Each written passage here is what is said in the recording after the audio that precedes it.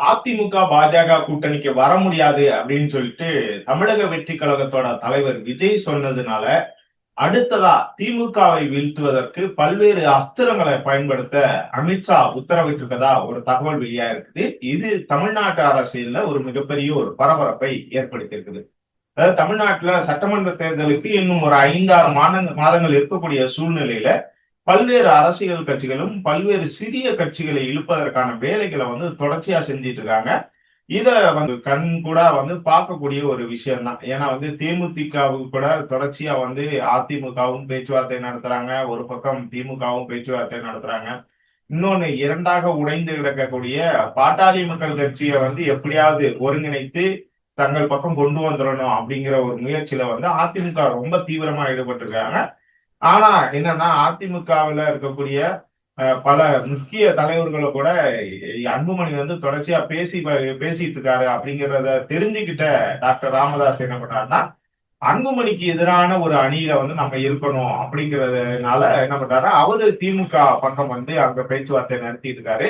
ஆனா அங்க ஏற்கனவே திருமாவளவன் இந்த ராமதாஸ் அணி அதாவது பாமக ராமதாஸ் அணி திமுக கூட்டணியில இணையறதுக்கு தொடர்ச்சியா ஒரு முட்டுக்கட்டை போட்டுக்கிட்டு இருக்காரு அப்படிங்கிறது எல்லாருக்கும் தெரிஞ்ச விஷயம் தான். இருந்தாலும் என்ன பண்றாங்கன்னா, திமுக ராமதாஸ் அணியோட தொடர்ச்சியா பேச்சுவார்த்தையை நடத்திட்டு இருக்காங்க.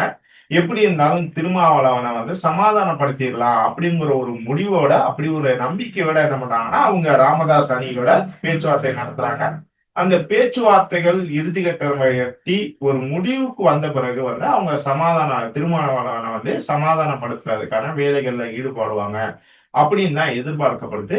இந்த பக்கம் பாத்தீங்கன்னா அதிமுக அன்புமணியோட பேச்சுவார்த்தை நடத்தினாலும் ராமதாஸையும் ஒருங்கிணைத்து கொண்டு வந்தா மட்டும்தான் பாமகவோட வாக்குகள் சிந்தாம சிதறாம நம்ம கூட்டணிக்கு வரும் அப்படிங்கறத தொடர்ச்சியா வலியுறுத்திக்கிட்டு வராங்க. ஆனா அதற்கான வாய்ப்பு இப்போதைக்கு இல்லை அப்படிங்கறதுதான் உண்மை. ஏன்னா அன்புமணிக்கு எதிராக கட்சியில இருக்கக்கூடிய பல்வேறு நடவடிக்கைகளை ராமதாஸ் செஞ்சிட்டு இருக்க அதே நேரத்துல அன்புமணிக்கு செக் வைக்கிற விதமா ஸ்ரீ காந்திமதி தன்னோட மூத்த மகள் ஸ்ரீ காந்திமதியவும் களத்துல இறக்கி என்ன பண்ணிருக்காங்க, அவங்களுக்கு ஒரு பதவியை கொடுத்து அழகு பார்க்க ஆரம்பிச்சிருக்காரு ராமதாஸ்.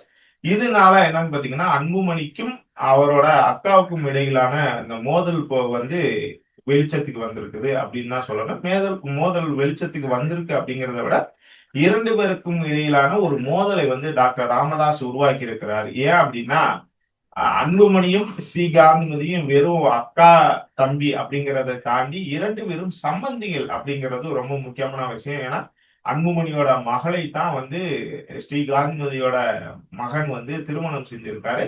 அதனால அக்கா தம்பி அப்படிங்கிற உறவை தாண்டி 2 பேரும் சம்பந்திகள். இந்த விஷயத்துல பாத்தீங்கன்னா ராமதாஸ் ஒரு கிளவரான ஒரு ஆட்டத்தை தொடங்கி இருக்கிறார். அன்புமணிக்கு எதிரான ஒரு கிளவரான ஒரு ஆட்டத்தை தொடங்கி இருக்கிறார் அப்படின்னா எல்லாருமே சொல்லக்கூடிய ஒரு விஷயமா இருக்குது. இப்படிப்பட்ட ஒரு சூழ்நிலையில அதிமுக நினைக்கிற மாதிரி பாமகவை ஒருங்கிணைத்து கொண்டு வருவதற்கான வாய்ப்புகள் ரொம்ப ரொம்ப குறைவு. அதனால என்ன பண்ணாங்கன்னா, அதிமுக பல்வேறு சூழல்களை என்ன பண்ணிட்டு இருக்காங்க, உருவாக்கிட்டு இருக்காங்க. அதாவது அதிமுகவை ஒருங்கிணைக்கிற வேலையில இந்த இவர் செங்கோட்டையன், டிடிவி தினகரன், ஓபிஎஸ் இவங்கெல்லாம் ஒரு பக்கம் நடவடிக்கைகளை எடுத்துக்கிட்டு இருந்தாலுமே அதை லெப்ட் ஹேண்ட்ல எடப்பாடி பழனிசாமி டீல் பண்ணிக்கிட்டே என்ன பண்றாருன்னா, அதிமுகவுல வேறு சில கட்சிகளை கொண்டு வரதுக்கான வேலைகளை தொடர்ச்சியா செஞ்சுட்டு இருக்காரு. அதற்கான பேச்சுவார்த்தைகள் நடந்துகிட்டே தான் இருக்குது. இப்படிப்பட்ட ஒரு சூழ்நிலையில தான் கடந்த சில வாரங்களா என்ன பண்ணாங்கன்னா, தமிழக வெற்றி கழகத்தோட பேச்சுவார்த்தை நடத்தினாங்க அதிமுக தரப்புல இருந்து. தமிழக வெற்றி கழக தரப்புல இருந்து பாத்தீங்கன்னா, விஜயோட உத்தரவின் பேர்ல ஆதவ அர்ஜுனாவும் அருண்ராஜும் தான் இந்த பேச்சுவார்த்தையில நடத்தினாங்க. ஆனா தமிழக வெற்றி கழகம் வச்ச டிமாண்ட் அவங்களுக்கு செட் ஆகல. அதாவது என்னன்னா, ஆரம்பத்துல இருந்து இன்னைக்கு வரைக்கும் பாத்தீங்கன்னா, நாங்க தான் முதலமைச்சர் வேட்பாளர் அப்படிங்கிற ஒரு விஷயத்துல தமிழக வெற்றி கழகம் குறிப்பா விஜய் அந்த டிமாண்ட்ல ரொம்ப உறுதியா இருக்காரு. அதே நேரத்துல நாங்களே கெஞ்சி கெதறி போராடி பாஜக கிட்ட நாங்க தான் முதலமைச்சர் வேட்பாளர்னு சொல்ல வச்சிருக்கோம். ஏன்னா அமித்ஷா இந்த கூட்டணியை அறிவித்த பிறகு என்ன சொன்னார் அப்படிங்கிறது தெரியும். அதாவது அதிமுக தலைமையில கூட்டணி அப்படின்னாலுமே முதலமைச்சர் வேட்பாளர் அப்படிங்கிறத நாங்க இறுதியில முடிவு பண்ணுவோம், முதலமைச்சர் வேட்பாளருங்கிறத அப்புறம் சொல்லுவோம் அப்படிங்கிற மாதிரிதான் அமித்ஷா வந்து தொடர்ச்சியா சொல்லிக்கிட்டே இருந்தாரு. இது வந்து அதிமுகவுக்கு ஒரு மிகப்பெரிய ஒரு தலைவலியை ஏற்படுத்துச்சு. இப்போ எடப்பாடி பழனிசாமியும் போற இடமெல்லாம் வந்து செய்தியாளர்கள் கேள்விக்கு வந்து இல்ல இல்ல எங்க தலைமையில கூட்டணி, நாங்க தான் முதலமைச்சர் வேட்பாளர் அப்படிங்கிறத அவரு சொல்லிட்டே இருந்தாரு. இதனாலேயே வந்து அதிமுக பாஜக இடையிலான அந்த உரசல் போக்கு வந்து நாளுக்கு நாள் அதிகரிச்சுக்கிட்டு இருந்த ஒரு சுச்சுவேஷன்ல என்னன்னா திடீர்னு அமித்ஷாவே அந்தர்பல்ட்டி அடிச்சு என்ன சொன்னாங்க, எடப்பாடி பழனிசாமி தான் முதலமைச்சர் வேட்பாளர் தமிழ்நாட்டுல. அதுல வந்து எந்த மாற்று கருத்தும் இல்ல. தேர்தலுக்கு பிறகு வந்து அது கூட்டணியில இடம் பெறுவோமா மாட்டோமா அப்படிங்கறதெல்லாம் பிறகு பார்க்கலாம் அப்படிங்கிற மாதிரி ஒரு விஷயத்த வந்து பேசி முடிச்சுட்டாரு. சோ அப்படிப்பட்ட ஒரு சூழ்நிலையில பாஜகவே இப்பதான் வந்து நாங்க தான் முதலமைச்சர் வேட்பாளர் அப்படின்னு ஒத்துக்கிட்டு இருக்க நேரத்துல உங்களை வந்து முதலமைச்சர் வேட்பாளர் ஆக்கிட்டு நாங்க உங்களுக்கு பூஜா தூக்க முடியாது அப்படிங்கிற மாதிரி எடப்பாடி பழனிசாமி தரப்பு என்ன பண்ணிட்டாங்கன்னா, தாவேகா தரப்புல இருந்து வந்த அந்த அருண்ராஜ் ஆதவ அர்ஜுனா அவங்ககிட்ட வந்து தெளிவா வந்து பேசியிருக்காரு. நீங்க வந்து இதுக்கு வாங்க, கூட்டணிக்கு வாங்க, உங்களுக்கு வந்து துணை முதலமைச்சர் பதவியை கண்டிப்பா தர்றோம். அப்படி ஒருவேளை வந்து திமுக வந்து எதிர்க்கட்சி அந்தஸ்து கூட பெறல அப்படின்னா, விஜயகாந்துக்கு எப்படி நாங்க வந்து எதிர்க்கட்சி தலைவர் அப்படிங்கிற ஒரு அந்தஸ்தை கொடுத்து அழகு பார்த்தோமோ, அதை கூட கொடுக்கறதுக்கு நாங்க தயாரா இருக்கோம். நீங்க துணை முதலமைச்சரா இருக்கிறதோ இல்ல எதிர்க்கட்சி தலைவரா இருக்கிறதோ அது உங்க விருப்பம். ஆனா முதலமைச்சர் பதவிங்கிறது வாய்ப்பு இல்லை அப்படிங்கிறது தான் வந்து எடப்பாடி பழனிசாமி தரப்புல வந்து தாவேகா தரப்பு கிட்ட சொல்லி கைவிரிச்சிருக்காங்க. அதனால இனிமே வந்து கூட்டணி அப்படிங்கிற ஒரு பேச்சுவார்த்தையை நடத்த வேணாம் அப்படிங்கிற ஒரு முடிவுக்கு என்ன பண்ணிட்டாங்கன்னா, தமிழக வெற்றி கழக தரப்பு வந்துட்டாங்க. இன்னொரு பக்கம் எடப்பாடி பழனிசாமி என்ன பண்ணிட்டாரு, அந்த செய்தியாளர்கள் சந்திப்புல, அதாவது வந்து இந்த பசும்பொன் முத்துராமலிங்க தேவரோட அந்த ஜெயந்தி விழாவில் பங்கேற்ற பிறகு செய்தியாளர்களை சந்திச்சாரு எடப்பாடி பழனிசாமி. அப்போ வந்து செய்தியாளர்கள் என்ன கேட்டாங்கன்னா, நீங்க தமிழக வெற்றி கழகத்தோட கூட்டணி பேச்சுவார்த்தை நடத்துனீங்களா அப்படிங்கிற மாதிரி கேட்டதுக்கு அவர் என்ன சொன்னாருன்னா, நாங்களும் அவங்க கூட பேச்சுவார்த்தை நடத்தல, அவங்களும் எங்க கூட பேச்சுவார்த்தை நடத்தல அப்படின்னு ஒரே போடா போட்டு அந்த பேச்சு இதையே வந்து அந்த கேள்விக்கே ஒரு முற்றுப்புள்ளி வச்சுட்டாரு. ஆனா பேச்சுவார்த்தை நடந்தது, இப்படி ஒரு இது இருந்தது. பேச்சுவார்த்தை டிமாண்ட் வந்து தமிழக வெற்றி தரப்பு கழக தரப்புல வச்சதுனால இனிமே அந்த டிமாண்டுகளை வந்து நம்ம காது கொடுத்து கேட்க முடியாது. ஏன்னா அதை ஏற்றுக்கொள்ளக்கூடிய டிமாண்டே இல்லை அப்படிங்கிறதுனால அந்த டிமாண்டை பத்தி மறுபடியும் பேசி எந்த பிரயோஜனம் இல்லை. அதனால தமிழக வெற்றி கழகம் கிட்ட வந்து கூட்டணி தொடர்பா பேச்சுவார்த்தை நடத்துறது இனிமே ஒரு பிரயோஜனம் இல்ல, ஜல்லி பிரயோஜனம் இல்ல அப்படிங்கிற ஒரு முடிவுக்கு வந்தது எடப்பாடி பழனிசாமி. இப்படி ஒரு தகவலை வந்து என்ன சொல்லிட்டாரு, நாங்க கூட்டணிக்கு நாங்களும் பேசலாம் அவங்களும் பேசலாம் அப்படிங்கிற மாதிரி அந்த கூட்டணி பேச்சுவார்த்தை தொடர்பான அந்த எல்லா விதமான கேள்விகளுக்கும் ஒரு முற்றுப்புள்ளி வச்சுட்டாரு.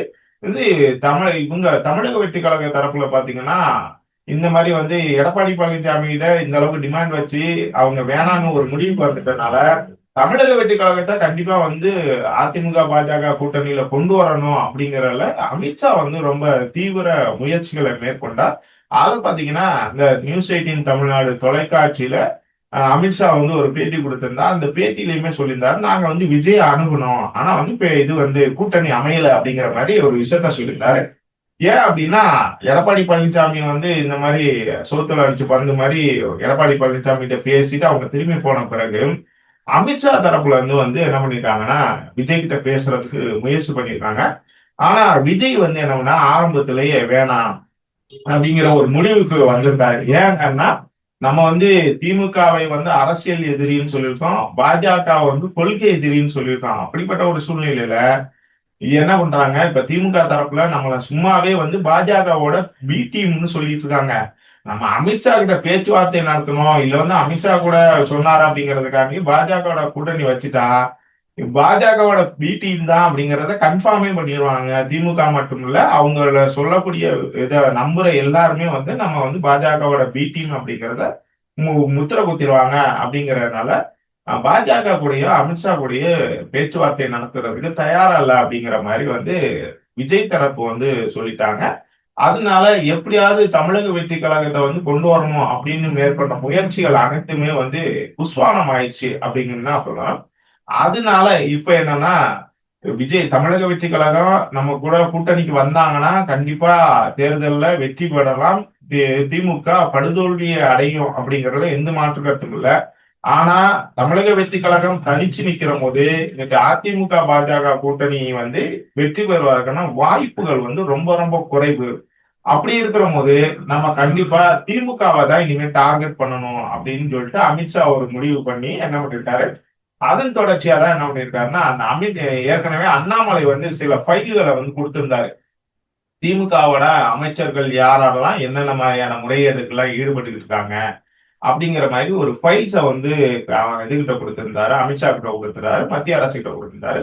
அந்த ஃபைல்களை வந்து தூசி தட்டி எடுத்து அந்த வழக்குகளை வந்து விரைவுபடுத்துறதுக்கான வேலைகளை வந்து பண்ணுங்க அப்படிங்கிற மாதிரி அமலாக்கத்துறை, வருமான வரித்துறை இவங்களுக்கெல்லாம் வந்து அமித்ஷா வந்து உத்தரவிட்டுட்டார். அதன் தொடர்ச்சியா தான் என்ன பண்ணியிருக்காங்கன்னா, இப்ப கே.என். நேருக்கு வந்து அமலாக்கத்துறை வந்து ஒரு தமிழக காவல்துறைக்கு வந்து ஒரு கே.என். நேரு வந்து ஒரு புகார் தெரிவிச்சு அமலாக்கத்துறை வந்து ஒரு கடிதம் எழுதினாங்க இல்லையா? அதாவது நகராட்சி நிர்வாகத்துறை பணி நியமனத்துல வந்து 888 கோடி ரூபாய் அளவுக்கு வந்து ஊழல் நடந்திருக்குது. இது தொடர்பா தமிழக காவல்துறை வந்து வழக்கு பதிவு செய்யணும் அப்படின்னு சொல்லிட்டு அமலாக்கத்துறை வந்து ஒரு பண்ணாங்க, லெட்டர் அனுப்பியிருந்தாங்க இல்லையா?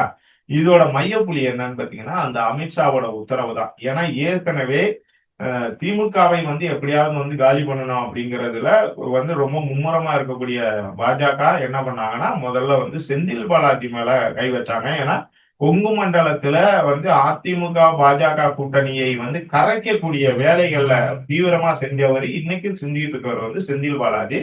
இப்ப அவரை வந்து காலி பண்ணோம்னா வந்து கொங்கு மண்டலத்துல திமுக வந்து வலுவிழக்கும் அப்படிங்கும் போது நம்ம அங்க எளிதா வெற்றி பெற முடியும் அப்படிங்கிற மாதிரி நம்ம தான் என்ன பண்ணாங்கன்னா, அவரை வந்து அரெஸ்ட் பண்ணி கிட்டத்தட்ட 1.5 வருஷம் சிறையில வச்சிருந்தாங்க. ஆனாலும் என்னன்னா அவர் சிறைக்குள்ள இருந்த போது சரி, வெளிவந்த முறையும் சரி, அந்த வேலைகளை வந்து தொடர்ச்சியா வந்து ஸ்பீடப் பண்ணியிருக்காரு. உண்மையை சொல்ல போனா முதல்ல பார்த்ததை விட இப்ப அதிகமான அளவுக்கு பாத்தீங்கன்னா அந்த அதிமுக மற்றும் பாஜக நிர்வாகிகளை வந்து திமுக பக்கம் கொண்டு வருவதற்கான வேலைகளை ரொம்ப தீவிரமா செஞ்சிட்டு இருக்காரு. அவர் ஜெயில இருந்த போது தான் பாத்தீங்கன்னா நடைபெற்ற நாடாளுமன்ற தேர்தலில் வந்து 39க்கு 39 தொகுதிகளை வந்து திமுக கூட்டணியை பிடிச்சிச்சு. அதுல கொங்கு மண்டலத்துல வந்து எல்லா இடங்களையும் கைப்பற்றுவதற்கு திமுக கூட்டணி கைப்பற்றுவதற்கு ரொம்ப முக்கிய பங்கு வகித்தவர் வந்து செந்தில் பாலாஜி. அதனால அவரை வந்து காலி பண்ணா சரியா இருக்கும் அப்படிங்கிற போட்ட கணக்குகளை எல்லாம் தாண்டி அவர் இது பண்ணிருக்காரு.